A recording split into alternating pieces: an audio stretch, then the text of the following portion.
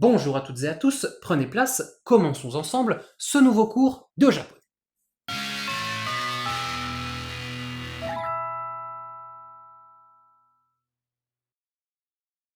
Aujourd'hui, on va étudier ensemble les classificateurs numéraux qui permettent de quantifier des choses, de quantifier différentes catégories de choses. Alors, normalement, vous savez déjà compter en japonais, dans les cours de la saison 1, vous avez appris à compter jusqu'à l'infini, j'espère que c'est toujours acquis.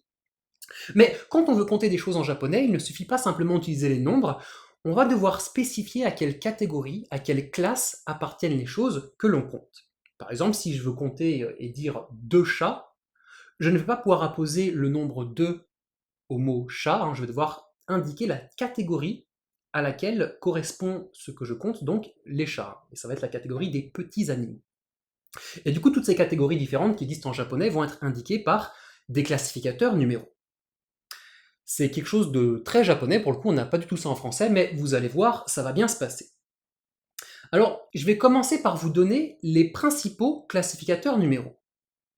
Nin permet de classer les êtres humains. Vous reconnaissez, c'est le kanji de la personne. Hiki permet de classer les petits animaux. Par exemple, un chien, une souris, un poisson. Attention, ça ressemble au kanji de Yon, mais c'est pas le même kanji. Vous voyez, il manque quelque chose à droite. To permet de classer les gros animaux. C'est le kanji de la tête, atama, qu'on a déjà vu dans le cours sur le corps humain. Et du coup, voilà, les gros animaux, donc par exemple une vache, un lion, un éléphant. Et quelle est la frontière en japonais entre les petits et les gros animaux? Alors, vous allez voir, c'est très kawaii, c'est très mignon. Si vous pouvez porter dans vos bras un animal, alors c'est un petit animal. Et si vous ne pouvez pas porter dans vos bras, si vous ne pouvez pas faire un câlin à un animal, alors c'est un gros animal. Voilà, c'est comme ça que ça se passe en japonais. Alors, de manière un peu plus terre à terre, si l'animal est plus grand qu'un être humain, on le considère comme un gros animal. Et cette différenciation en japonais des petits et des gros animaux, c'est quelque chose qui est très ancré en fait dans les esprits. Par exemple, dans Pokémon, quand les Pokémon sont dans leur stade de base, ils sont hiki, ce sont des petits animaux, et quand ils évoluent, ils deviennent tout d'un coup, tôt en fait, ils deviennent des gros animaux. Donc voilà, c'est en français, nous, c'est juste des animaux, quoi qu'il en soit, mais en japonais, on distingue vraiment les petits des gros animaux, et c'est pour ça qu'on a ici deux classificateurs numéraux. Wa permet de classer les animaux ailés. D'ailleurs, vous reconnaissez peut-être, c'est le kanji de la plume. Et du coup, dedans, on va avoir les oiseaux et également les lapins. Ouais, alors pour le coup, là, je sais pas trop ce qu'ils ont fait. Peut-être que les deux oreilles des lapins sont apparentées à des ailes pour eux, je sais pas trop. Alors là, pour le coup, c'est pas moi, je décline absolument toute responsabilité, il faut demander aux japonais. Si vous avez des amis japonais, c'est à eux qu'il faut demander des comptes. Mai permet de classer les objets plats et fins, comme par exemple une feuille de papier, un CD ou une pizza. Hon permet de classer les objets longs et cylindriques, comme par exemple un crayon, une bouteille et, bon je vais en décevoir certains, mais une baguette de pain. Alors attention, c'est le kanji du livre, vous l'avez peut-être reconnu, mais ici voilà, on ne parle pas de livre, on parle d'objets longs et cylindriques. Mais par contre, on a satsu, qui permet de classer les objets reliés, comme par exemple les livres, les cahiers ou les dictionnaires. Dai permet de classer les machines, les produits industriels ou les véhicules, par exemple un PC, un téléphone, une voiture. Hai permet de classer le contenu d'un verre, d'un bol ou d'une cuillère, tout ce qui est contenu par un récipient. Par exemple, quand on dit j'ai bu 2 verres, on va utiliser ce classificateur numéral, ou par exemple quand on dit prenez 2 cuillères de tel médicament, encore une fois, on va utiliser hai. Et pour finir, ko permet de classer des choses de petite et de moyenne taille, de formes variées, et qui ne rentrent dans aucun autre classificateur numéral. Voilà, c'est ce qu'en français on va appeler un truc, quelque chose qui est assez difficile à classer. Alors ça peut être par exemple une pomme, un morceau de sucre, ou même, je sais pas, une montre. Bon, bien sûr, il existe d'autres classificateurs numéraux, mais bon, après, une fois que vous aurez compris comment ça marche, ça c'est du vocabulaire, je vous laisserai ouvrir Wikipédia, et puis vous aurez une liste énorme avec plein de choses pour vous faire plaisir. Vous remarquez que tous ces classificateurs numéraux s'utilisent en lecture sino-japonaise, et oui, c'est normal, parce qu'on va les combiner avec des nombres qui, eux également, s'utilisent en lecture sino-japonaise. Je vous mets un petit logo qui correspond à peu près à chaque classificateur numéral, et on garde tout ça à gauche de l'écran pour que vous ayez le vocabulaire pour la suite du cours. Alors, par exemple, si je parle de serviettes et que je veux dire deux serviettes, alors les serviettes, dans quelle catégorie est-ce qu'elles vont rentrer? Bon, les serviettes, c'est un objet qui est plat et fin, donc ça va rentrer dans la catégorie maille. Et du coup, si je veux dire deux, en parlant de serviettes, je vais dire ni maille. Voilà, je mets le classificateur numéral après mon nombre. Et puis, si je veux dire deux chats, qui appartiennent donc à la catégorie des petits animaux, je mets hiki après ni, ce qui me donne nihiki. On va à chaque fois mettre le classificateur numéral correspondant après le nombre qui permet de compter. Ici, vous voyez, j'utilise des kansuji, mais bien entendu, on peut utiliser tous ces classificateurs numéraux avec des arabia suji, c'est d'ailleurs ce qui se fait le plus en japonais. Ok, alors du coup, maintenant que l'on a compris ce que sont des classificateurs numéraux, on va apprendre à les utiliser dans des phrases. Les classificateurs numéraux s'utilisent comme des adverbes de quantité. On sait déjà dire Kaori achète une serviette, Kaori wa taoru o kau. Une serviette ou des serviettes, hein. Je vous rappelle qu'ici on ne précise pas si c'est singulier au pluriel. Mais si je veux dire Kaori achète deux serviettes, voilà, ici je veux préciser le nombre de serviettes qu'elle achète. Je vais utiliser nimai, donc 2 avec le bon classificateur numéral correspondant, que je vais mettre juste avant mon verbe comme un adverbe de quantité. Kaori wa taoru o nimai kau. Kaori achète deux serviettes. Un autre exemple. Bon, je sais déjà dire il y a un chat, neko ga iru. Si je veux préciser, il y a deux chats. Donc là, je vais utiliser mon nihiki, 2 avec le classificateur numéral correspondant aux petits animaux, que je vais mettre comme un adverbe de quantité juste avant mon verbe. Neko ga nihiki iru. Donc vous comprenez, systématiquement, je suis obligé de préciser la catégorie à laquelle appartiennent les choses que je compte. Je ne mets pas simplement le nombre, mais j'utilise le classificateur numéral correspondant. Et du coup, autant en français on a deux et deux, simplement le mot deux qui est la même chose, autant en japonais c'est pas simplement deux, c'est nimai dans le premier cas, nihiki dans le second cas, et donc juste avec le nombre, on sait que ce que l'on est en train de compter fait partie dans le premier cas de la catégorie des objets plats et fins, et dans le second des petits animaux. C'est une nuance supplémentaire qu'on a en japonais et pas en français. Vous vous en souvenez, les adverbes de quantité peuvent également déterminer des noms avec la particule no, ce qui permet de créer un paquet avec une idée de défini. Et ben, c'est également possible ici avec les classificateurs numéraux. Kaori wa nimai no taoru o kau. Ici, le classificateur numéral détermine directement taoru, mon nom, avec la particule no. Kaori achète les deux serviettes. Voilà, on est sur une idée de défini, les deux serviettes. On suppose que ce sont deux serviettes dont on connaissait déjà l'existence, donc c'est une nuance que l'on peut apporter en japonais. Dans le cas des chats, nihiki no neko ga iru. Il y a les deux chats. Et du coup, voilà comment ça se passe dans une phrase. Alors, dans le premier cas, quand le classificateur numéral est utilisé juste avant le verbe, il ne peut s'appliquer qu'au COD ou au sujet du verbe, comme c'était le cas dans le premier et dans le deuxième exemple. Et dans le second cas, quand le classificateur numéral détermine le nom avec la particule no, là pour le coup, il peut s'appliquer à n'importe quel complément du verbe. Ça, c'est une petite nuance pour ceux qui veulent savoir jusqu'où on peut aller avec ces classificateurs numéraux. Ceci étant fait, on va maintenant apprendre à poser des questions avec nos classificateurs numéraux. Alors, vous avez compris, le classificateur numéral permet d'indiquer une quantité, donc on va apprendre à poser une question sur une quantité, en français, combien. Si je veux dire, combien y a-t-il d'oiseaux dans le ciel? Alors comment je vais faire? Je vais créer mon mot interrogatif en utilisant nani plus le classificateur numéral correspondant à ce que je veux dénombrer, ici les oiseaux, donc ça va être wa. C'est quelque chose que je vous avais déjà mentionné, quand on combine nani avec autre chose, c'est le cas ici, on le prononce nan, ce qui nous donne nanwa. Et du coup dans ma phrase, le mot interrogatif se place toujours en tant qu'adverbe de quantité juste avant le verbe. Sora ni wa tori ga nanwa iru. Combien y a-t-il d'oiseaux dans le ciel? Ou bien, si je veux déterminer directement mon nom avec la particule no, Sora ni wa nanwa no tori ga iru, avec la nuance que ça apporte. Combien d'oiseaux y a-t-il dans le ciel? Voilà comment on va pouvoir poser une question avec nos classificateurs numéraux. Bien entendu, ces nouveaux mots interrogatifs que l'on va créer, combien, et qui sont différents selon les catégories de choses que l'on est en train de dénombrer, vont pouvoir se combiner avec les particules k, mots et des mots pour créer, vous vous souvenez, les fameux nouveaux mots. Ici, ça nous donne nanwa ka, un certain nombre d'oiseaux, nanwa mo, tout nombre d'oiseaux, donc de nombreux oiseaux, et nanwa des mots, n'importe quel nombre d'oiseaux. Encore une fois, je vous donnerai des exemples d'utilisation de tout ça dans les exercices.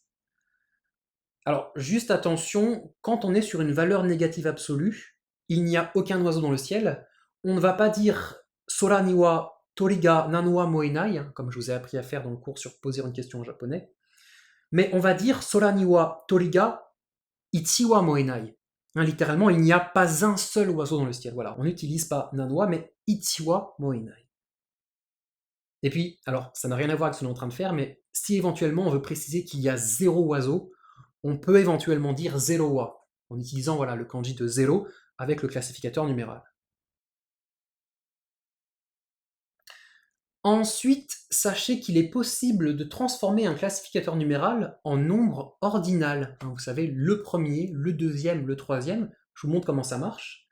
Pour cela, on a besoin du suffixe purement japonais mais, alors qui est le kanji de l'œil, que vous connaissez peut-être déjà, mais dont on va se servir ici pour transformer un classificateur numéral en nombre ordinal. Alors je vous montre. Santo correspond à 3, mais 3 gros animaux. Alors, on ne sait pas ce que c'est, mais c'est 3 dans la catégorie des gros animaux. Et si je rajoute mais après, Santo mais, ça correspond au troisième gros animal. Ici, j'ai créé un nom que je ne peux donc pas utiliser en tant qu'adverbe de quantité, mais que je vais pouvoir utiliser pour déterminer un autre nom avec no. Par exemple, Santo me no uma, le troisième cheval. Dans une phrase, Migi kara Santo me no uma da, c'est le troisième cheval, Migi kara à partir de la droite, donc en français on va dire en partant de la droite. Et puis, on a une autre manière de créer des nombres ordinaux en japonais avec le préfixe sino-japonais dai, que l'on va mettre directement devant un nombre, sans classificateur numéral. Je vous montre. Dai-san, le troisième. Donc ici, voilà, je n'utilise pas de classificateur numéral, donc ça peut concerner n'importe quelle catégorie d'objets. Et je vais l'utiliser directement en déterminant un nom avec la particule no, Dai-san no uma, le troisième cheval. Si je veux l'utiliser avec un mot sino-japonais, je vais le coller directement après, pas besoin d'utiliser la particule no. Par exemple, Dainana Utsu, le septième univers, un terme que les amateurs de Dragon Ball Super reconnaîtront peut-être. Du coup, quelle est la différence entre les nombres ordinaux créés à partir du suffixe me et ceux créés à partir du préfixe dai? Me correspond à un nombre ordinal dans un ordre que l'on crée soi-même, en partant de ce que l'on veut, alors que dai indique un ordre officiel dans une liste clairement établie. Regardez, je prends une course de chevaux par exemple. Ici, vous voyez, chaque cheval a son numéro officiel. Ce cheval-ci, c'est le troisième cheval, c'est officiel. On dira donc Daisan no uma. Mais si je veux désigner le troisième cheval en partant de la droite, c'est-à-dire ce cheval-là, je le nomme aussi le troisième cheval. Mais ici, j'ai créé moi-même mon propre ordre à partir d'un point de départ que j'ai choisi, la droite. On dira donc Santome no uma, car le troisième n'est pas sa désignation officielle, c'est un nouvel ordre que je crée moi-même. Un ordre dont le point de départ peut être aussi bien spatial que temporel. Et puis du coup, si on veut poser des questions avec tout ça, le combientième, on va simplement remplacer le nom par nani, qui va d'ailleurs se prononcer nan, qui sera dans un mot composé. Et puis tout ça peut également être utilisé avec ka, mo, des mots, mais bon, voilà, ça je ne vais pas vous le répéter à chaque fois. Tous les mots interrogatifs peuvent s'utiliser avec ka, mo et des mots. Et encore une fois, vous avez des exemples dans les exercices.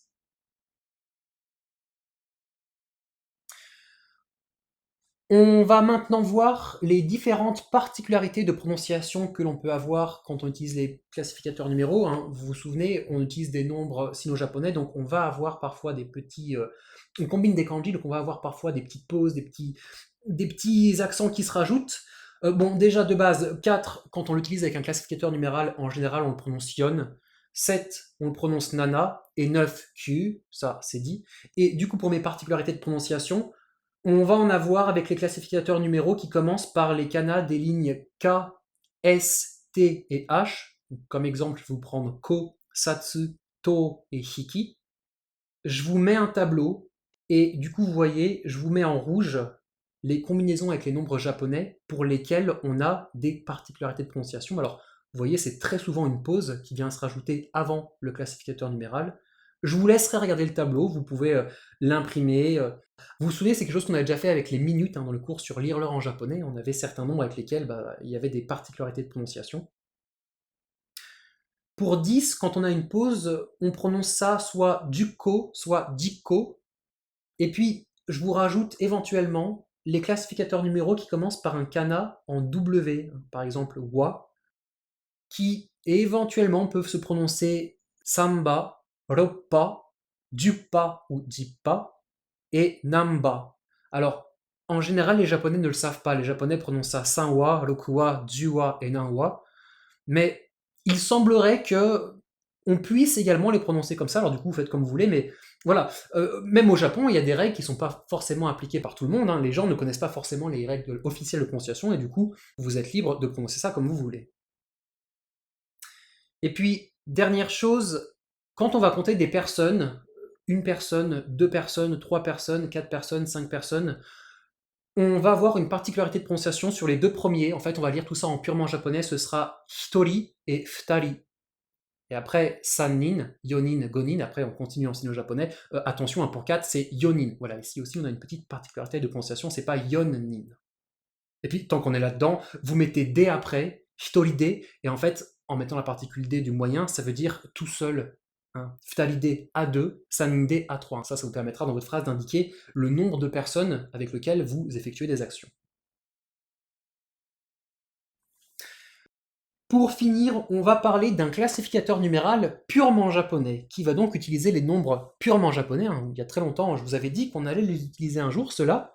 Alors, je vous remets la liste des nombres purement japonais, et on va simplement rajouter après la terminaison tsu, ce qui nous donne hitotsu, futatsu, mitsu, yotsu, itsutsu, mutsu, nanatsu, kyatsu, kokonotsu.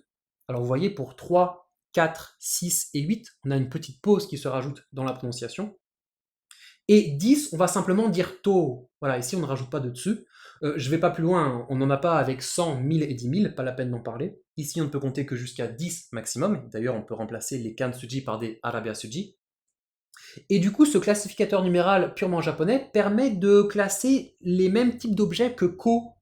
Des choses concrètes ou de manière plus large des choses abstraites qu'il est difficile à classer, des trucs, on ne sait pas trop dans quelle catégorie les mettre, donc voilà, on va les compter avec le classificateur numéral purement japonais, Tsu. Du coup, dans la vie de tous les jours, quand vous parlez japonais et quand vous ne savez pas forcément le classificateur numéral auquel correspondent les objets que vous voulez désigner, vous pouvez utiliser ko ou tsu pour les englober dans quelque chose en mode ouais je sais pas trop comment ça se classe donc je vais le mettre là-dedans, vu que ce sont des classificateurs numéros qui englobent plein de trucs un peu difficiles à classer. Même si bon, c'est quand même mieux de connaître les principales catégories, les principales classificateurs numéros que je vous ai présentés en début de cours. Ce classificateur numéral purement japonais, tsu, on l'utilise dans une phrase exactement de la même manière que ce que l'on a vu tout à l'heure. Le mot interrogatif qui lui correspond c'est ikutsu, combien, et on peut créer des nombres ordinaux avec le suffixe me, uniquement de 1 à 9, hein, hitotsume, futatsume, mitsume, etc., etc., le combientième devenant ikutsume. Et dernier mot, attention, depuis tout à l'heure on utilise le mot combien, ça ne concerne qu'une quantité et pas la monnaie. Hein. Vous savez, en français, la monnaie, on dit également ça coûte combien. C'est pas la même chose. En japonais, pour demander combien lorsqu'on parle d'un prix, le mot c'est ikura. Ou éventuellement nan plus la monnaie correspondante, hein, nan yen, combien d'yens, nan euro, nan doru, combien d'euros, combien de dollars. Mais du coup voilà, attention à ne pas confondre le combien de quantité et le combien de valeur monétaire. Mais bon, je m'arrête ici. On parlera davantage d'unités de mesure dans le prochain cours, qui est un cours de vocabulaire qui sortira à ce sujet. Vous verrez, c'est quelque chose qui ressemble un peu au classificateur numéro, mais qui s'utilise de manière différente. Mais pour l'instant, je vous demande de bien digérer tout ça. Et puis, du coup, je vous donne vos exercices. Donc, vous avez du thème, de la version. Les exercices utilisent uniquement les classificateurs numéros que l'on a vus dans le cours. Je vous mets également en bas, en vocabulaire, plein d'adverbes qui sont intéressants à utiliser avec les classificateurs numéros, notamment pour exprimer l'approximation. Et puis, je vous demande de formuler des questions parce qu'on a encore vu plein de nouveaux mots interrogatifs. Alors, on ne les a pas encore tous vus, je crois qu'il en reste un à voir qu'on verra dans 2 cours, si je ne dis pas de bêtises. Et puis voilà. Chers élèves, j'espère que ce cours de japonais vous a plu. Ça fait un moment qu'on fait des cours très costauds, mais je vous rassure, le suivant, normalement, est beaucoup plus détendu. Et n'oubliez pas que si c'est dur pour vous, ça l'est aussi pour moi, autant dans la préparation du cours que dans